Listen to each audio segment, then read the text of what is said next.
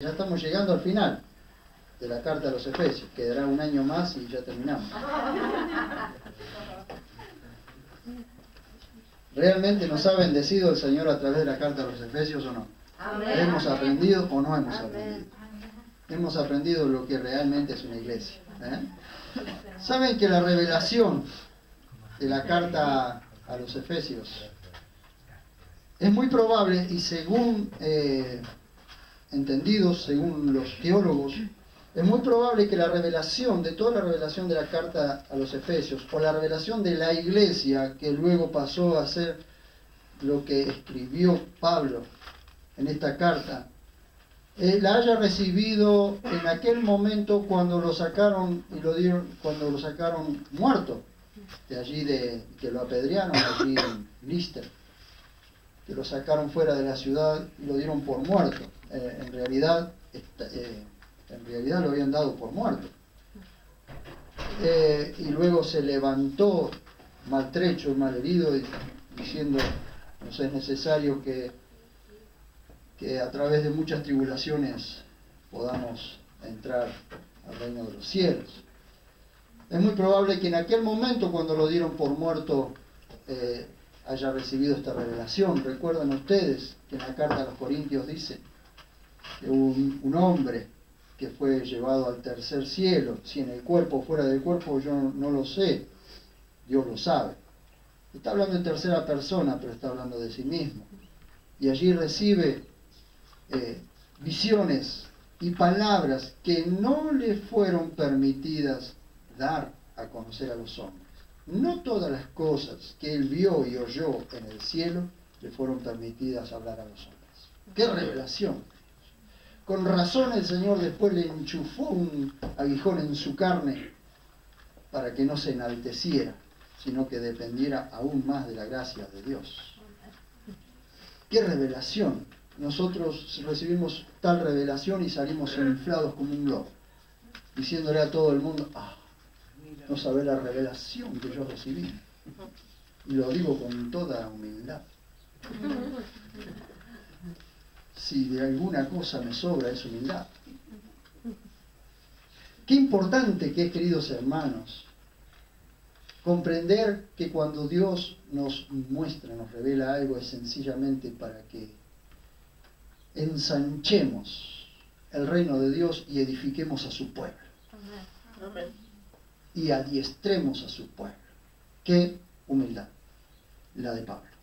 Pero fíjense ustedes que él mismo se daba cuenta que si no fuese por el aguijón en la carne, quizás se hubiese enaltecido. Pero él se mantuvo allí. Y 3 veces dice que oró a Dios para que le quitara ese aguijón, y Dios le dijo: bástate mi gracia, porque mi poder, o el poder, se perfecciona en la debilidad. Amén. Y después dice: más bien me gloriaré en mis debilidades, porque cuanto más débil era, más fuerte era en el Señor. Amén. Vean ustedes, venimos viendo la carta a los Efesios y vamos a ver hoy el yelmo de la salvación, verso 17. Y ustedes van a observar el cambio, solamente los que tienen el texto griego, es decir, la Biblia textual, lo van a notar. El cambio de verbo que hay allí, desde el verso 13 al verso 16, ustedes verán que el verbo es tomar.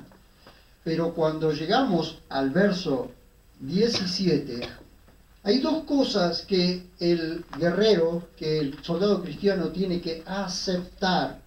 Es el yelmo de la salvación y la espada del Espíritu. ¿Por qué tiene que aceptar? Ustedes saben que una de las cosas más incómodas en el cuerpo es llevar un casco. Ustedes saben que una de las cosas más complicadas, más pesadas dentro y más incómodas entre los soldados era el casco, era el yelmo. Como sucede en las empresas metalúrgicas que obligan, porque es obligatorio llevar el casco. Y realmente la gente o los obreros lo que más resisten es ponerse un casco. Prefieren ponerse una gorra que un casco. Sin embargo, el casco es prácticamente lo más necesario de la indumentaria, porque protege la cabeza, y ustedes saben que la cabeza direcciona todo el cuerpo. cuando yo trabajaba para la empresa telefónica de Argentina, nos era obligatorio, o nos obligaban a usar casco. Mayormente nosotros nos hacíamos los burros y no lo usábamos, pero era necesario usarlo. Pero bueno, yo no lo usaba porque hacía otro tipo de trabajo, pero nos era muy incómodo realmente trabajar con el casco. Entonces me puse a pensar, ¿por qué cambia el verbo allí? Y realmente el verbo cambia, porque hay alguien que está indicando, está entregando el yelmo, y hay alguien que lo tiene que aceptar. Es decir, no tiene que ser por obligación, pero tiene que aceptar. Hay alguien que lo está entregando, y es Dios. Dios te está entregando el yelmo de la salvación. El yelmo cubre la cabeza, cubre los pensamientos, cubre los oídos, cubre la frente, cubre la nuca.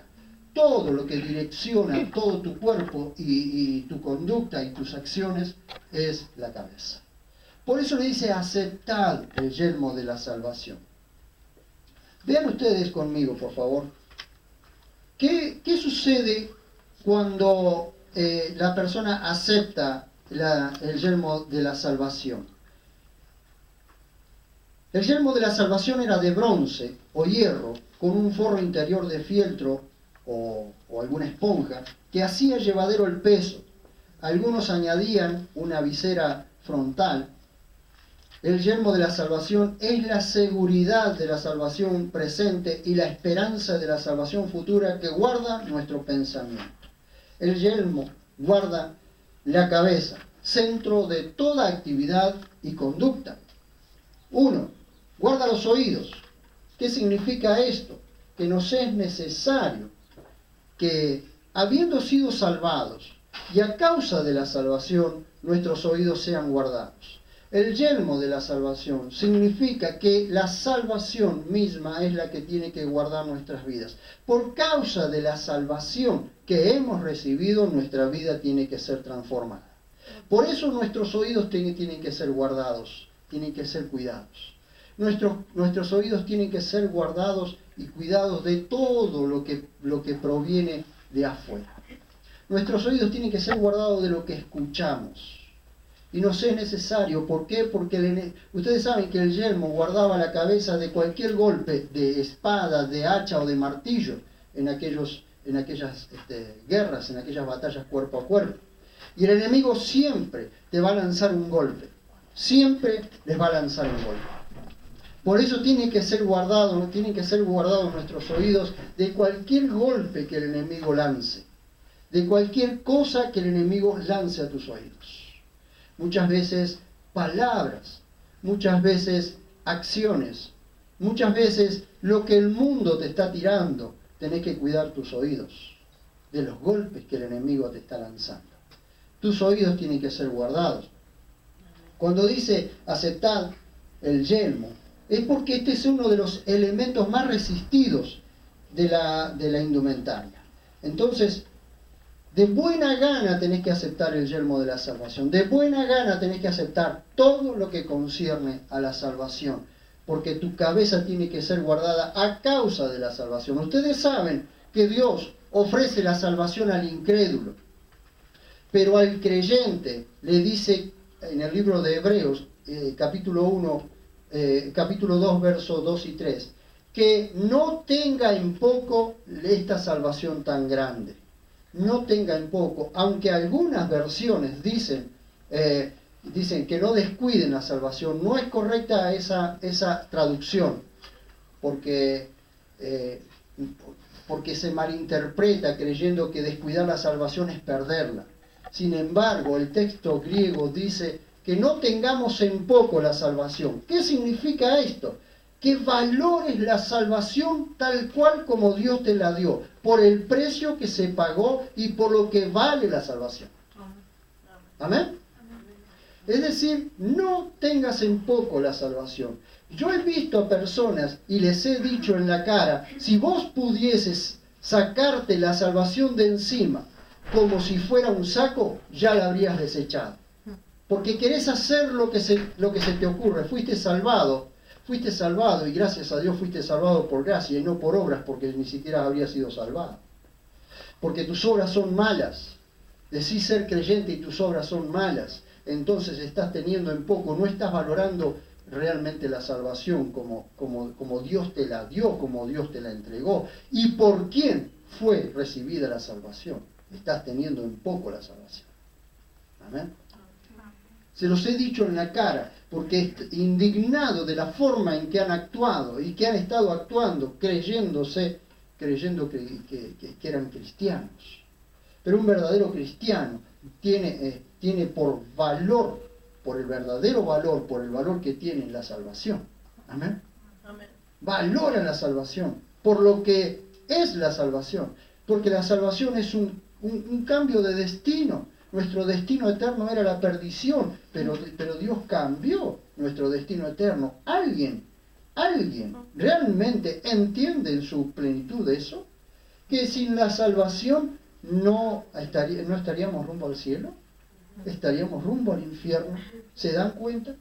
¿Se dan cuenta ustedes del valor que esto tiene? Entonces, cuando nosotros entendemos el valor que la salvación tiene, trabajamos, caminamos y observamos a Dios caminar porque Él nos salvó a nosotros. Amén. Y valoramos eso. El casco te cubre de los golpes, como el yelmo cubría la cabeza del soldado contra golpes de espada, hacha o martillo. Cuida tu cabeza de los pensamientos enviados por Satanás y sus demonios. Mucha gente se desvía por no cuidar su cabeza, por no cuidar sus pensamientos.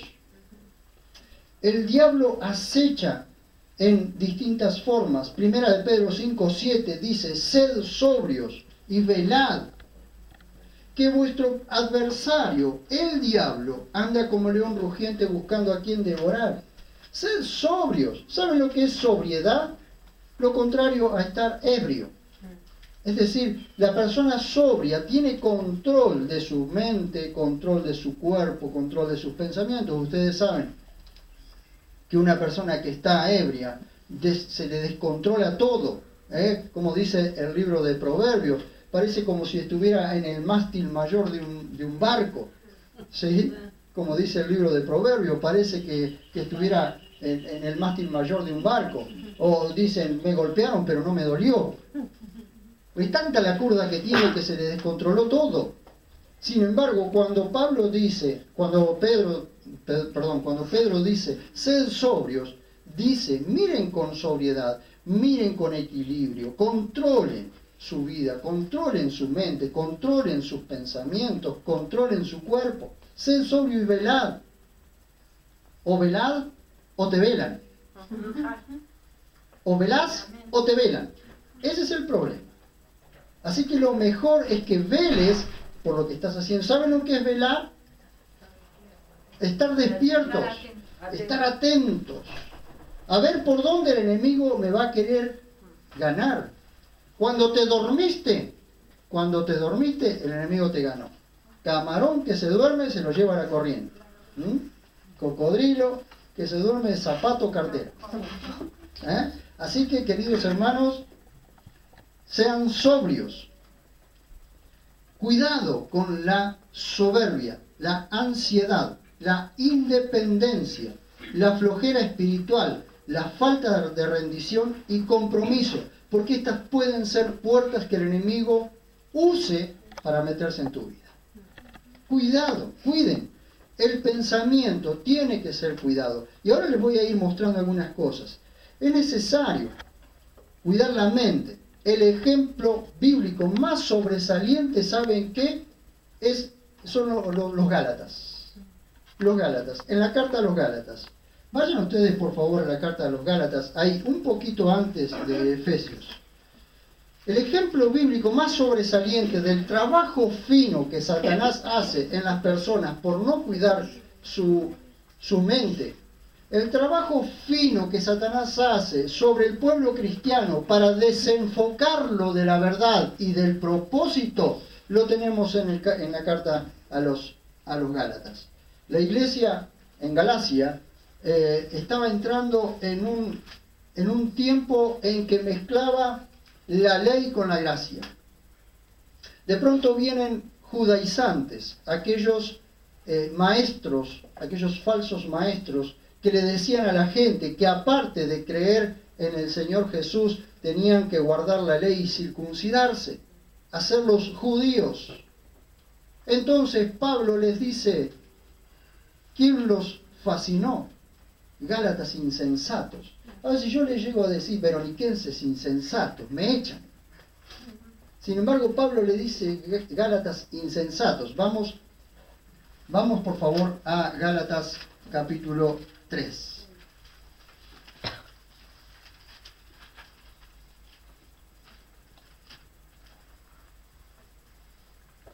Dice Gálatas capítulo 3. Oh Gálatas insensatos, ante cuyos ojos Jesús fue exhibido crucificado. ¿Qué significa esto? Que Pablo les había hablado claramente el Evangelio. ¿Por qué? Cristo había sido crucificado y él se encargó de exhibir a Jesús en la cruz, aunque para muchos la cruz era tropezadero, pero para los que creían era salvación, era poder de Dios. Sin embargo, le dice, ustedes vieron cómo exhibí a Cristo. ¿Quién os fascinó? ¿Quién los fascinó? Es decir, ¿quién los hechizó? Le dice allí. Dice, solo esto quiero averiguar de vosotros. ¿Recibisteis el Espíritu por las obras de la ley o por la predicación de la fe? Le dice a los Gálatas. La palabra fascinó viene de la palabra fascinación. Y del latín, y la palabra fascinar viene de la palabra latina fascinare. ¿Saben qué? ¿Qué significa eso? Encantar, hechizar. Un verbo derivado de la palabra fascinum, encantamiento, hechizo, embrujo. Les está diciendo quién los embrujó, quién los encantó, quién les silbó con la flauta y salieron como vigoritas así. ¿Quién quedó encantado y no de encantado, sino de hipnotizado? ¿Quién los hipnotizó? Le está diciendo. ¿Quién fue el que los hipnotizó? Escuchen, la palabra, la raíz es fasis, que significa haz o manojo de algo. Y escuchen la definición. Sabemos que en algunos hechizos y conjuros se utilizaba o se formaba un haz. Se ataba, se obligaba y se atrapaba o se maniataba a la víctima del hechizo. Es decir, ¿qué significa fascinar, atar, maniatar a las personas? Ustedes saben que en el principio del Imperio Romano, los magistrados tenían, aparte de los magistrados, tenían unos guardaespaldas que tenían un simbolito que era un haz del cual emergía un hacha. Eso significaba que todos estaban guardados bajo una ley o la ley que los magistrados aplicaban. Y ese haz, ese manojo, se llamaba fasis. Y de ahí viene la palabra fascinación, atar, hacerlos, maniatarlos, embrujarlos, hechizarlos, hacerle cumplir lo que yo quiero. Por eso le dice a los Gálatas, ¿quién los fascinó? ¿Quién los maniató? ¿Quién los dejó tan ciegos, los hipnotizó que los llevó para donde quiso? Ese trabajo fino lo hizo el diablo a través de los judaizantes. Una iglesia, es decir, cuando habla de la iglesia en Galacia, habla de la iglesia en todo el territorio de Galacia. Habían sido fascinados por los judíos. ¿Saben qué trabajo fino el de estos judaizantes? Cómo el enemigo trabajó a través de estos judaizantes, metiéndoles en el pensamiento, confundiéndolos y llevándolos a que cayeran de la gracia. Les dice, habéis caído de la gracia. Y cuando el término usa habéis caído de la gracia, significa que se están volviendo a la ley en lugar de seguir creyendo que en Jesús están completos. ¿Amén? Y de ahí también se desprende la palabra fascículo. Ustedes saben que cuando comenzamos a coleccionar fascículos, hasta que no tenemos el último, está incompleto. Entonces de allí viene la palabra fascículo. Para que esté completo tienen que estar todos los tomos juntos. De allí viene la palabra fascículo. Ahora vean ustedes capítulo 5, versos 7 y 8. Ustedes van a observar allí lo que Pablo nos está diciendo. Dice capítulo 5,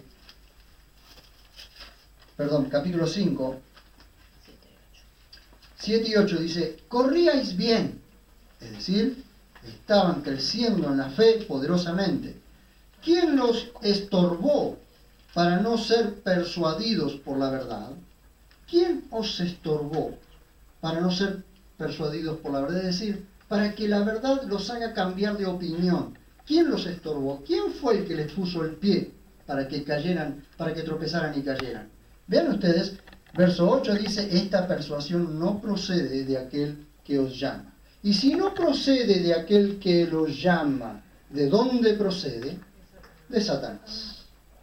Satanás se encargó de hacer un trabajo fino porque no estaban listos, sus mentes no estaban listas para valorar la salvación